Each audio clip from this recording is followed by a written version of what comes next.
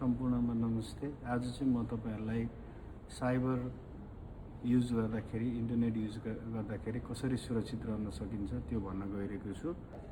सार्वजनिक स्थानहरुमा वाइफाई प्रयोग गर्दाखेरि हुने जोखिमहरु बारे सचेत रहन धेरै महत्त्वपूर्ण हुन्छ।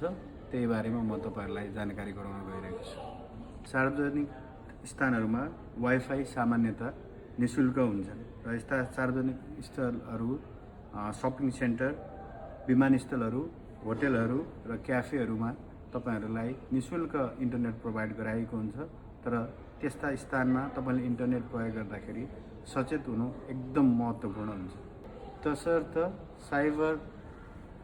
साइबर सेक्युरिटीको लागि अहिले नै कदम चाल्नुहोस् र सुरक्षित रहनुहोस्। धन्यवाद। यी नेटवर्कहरु प्राय सुरक्षित हुँदैनन् र साइबर अपराधीहरूले सजिलै व्यक्तिगत जानकारी र पासवर्ड पहुँच गर्न सक्छन्। तपाईहरुले सार्वजनिक वाइफाई प्रयोग गर्दा अनलाइन ब्याङ्किङ, सामाजिक सञ्जाल वा इमेल खाताहरू जस्ता कुनै पनि व्यक्तिगत जानकारीका कुराहरू एक्सेस नगर्नु नै महत्त्वपूर्ण हुन्छ।